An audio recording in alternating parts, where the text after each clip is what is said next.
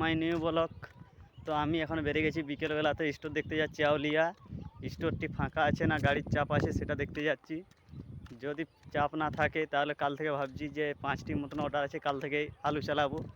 তো ভিডিওটি কেমন কি হচ্ছে আপনারা দেখবেন আর কমেন্টে অবশ্যই জানাবেন। আর আমার চ্যানেলটি সাবস্ক্রাইব করতে ভুলবেন না। তো গাইস, বিকেলের মৌসুমটা দেখুন কি সুন্দর লাগছে। ওখানে সূর্য ডুবে যাচ্ছে আর এই হচ্ছে আমাদের গ্রামের রাস্তা। খুবই সুন্দর একটা ভিউ, চারিদিকে ধান লাগানো আছে, খুব সুন্দর দেখাচ্ছে। আর এটা আমাদের চলে যাচ্ছে ধেড়ুয়া হাই স্কুল। আমি এখন হেঁটে হেঁটে যাচ্ছি, এই দেখুন। তো এখন আমি হেঁটে হেঁটে যাচ্ছি, মেন রোডে যেয়ে মোটর সাইকেলেতে চেপে যাব, দিয়ে মালিকের সাথে যাব। আপাতত এখন আমি হাঁটছি। তো গাইস, এই হচ্ছে আমাদের ধেড়ুয়া হাই স্কুল। স্কুলটি আগে অবশ্য এত সুন্দর ছিল না, এখন যে সুন্দর হয়েছে। চারদিকে সবজি লাগানো আছে, কলা গাছ লাগানো আছে। আমরা যখন পড়তাম তখন এত সব ছিল না। আর ওখানটাতে ফুল লাগানো আছে, এই দেখুন। আর এই হচ্ছে আমাদের স্কুল। তো গাইস, এই হচ্ছে আমাদের ধেড়ুয়ার মেন গেট হাই স্কুলের।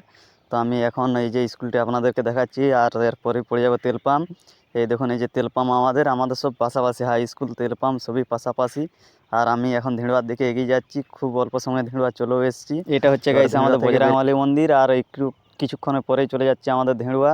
ধেড়ুয়া থেকে সোজা বেরিয়ে যাব একদম দইজুড়ির থেকে চলে যাব।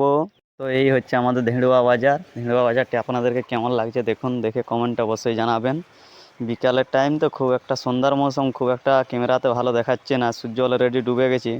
আর কিছুক্ষণ পরে যে আমাদের ধেড়ুয়া ব্রিজ, এটা হচ্ছে ধেড়ুয়া নদী, এটা দিকে যাচ্ছি আমরা। এবার খানিকক্ষণ পরে চলে যাই দইজুড়ি। ব্রিজের শেষ মাথায় একটি গেট লাগানো আছে, যেটা যাচ্ছে ঝাড়গ্রাম, দইজুড়ি, ঝাড়খণ্ড। এই রোলের একটা গেট লাগানো আছে। আর আমরা চলে এসেছি এখন স্টোরেতে।